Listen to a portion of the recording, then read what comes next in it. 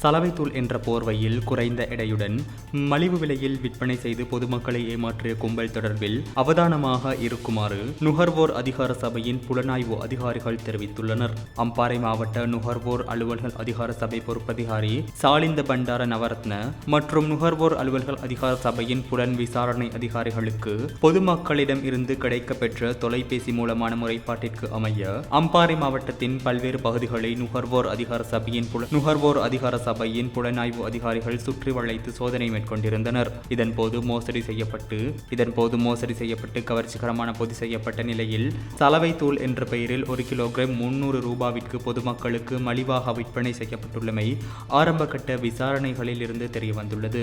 இன்று கல்முனை நீதவான் நீதிமன்றத்தில் இது குறித்த வழக்கு விசாரணைக்கு எடுத்துக் கொள்ளப்பட உள்ளது. மேலும் அம்பாறை மாவட்டத்தின் சாய்ந்து மருது போலீஸ் பிரிவிற்குட்பட்ட சந்தை பகுதியில் தற்காலிக கூடாரம் ஒன்று அமைத்து குறித்த கும்பல் போலியான விளம்பரப்படுத்தலுடன் குறித்த விடயத்தை அரங்கேற்றியுள்ள நிலையில் சுமார் 197க்கும் அதிகமான எடை குறைக்கப்பட்ட சலவை தூள்கள் 880 கிராம் 770 கிராம் 800 கிராம் 670 கிராம் பெட்டிகளில் இவ்வாறு மீட்கப்பட்டிருந்தன. இது தவிர இந்த சலவை தூள் நட்பிட்டிமுனை, காரைத்தீவு, பாண்டிருப்பு, மருதமுனை, பெரிய நீலாவணை பகுதிகளிலும் விற்பனை செய்யப்பட்டுள்ளமை கண்டறியப்பட்டுள்ளது. இந்த விடயம் தொடர்பில் சட்ட நடவடிக்கைகளுக்காக கல்முனை நீதவான் நீதிமன்றில் வழக்கு தாக்கல் செய்துள்ளதாக அம்பாறை மாவட்ட நுகர்வோர் அலுவல்கள் அதிகார சபை தெரிவித்துள்ளது. இது 1 கிலோ சொல்லி போட்டு விற்காங்க.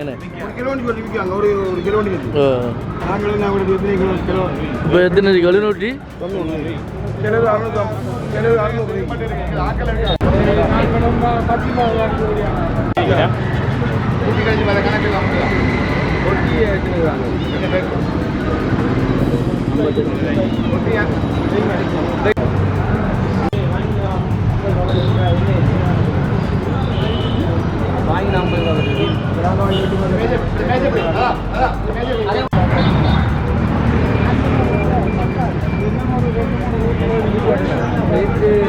முஸ்லீம் என்ன வைப்பு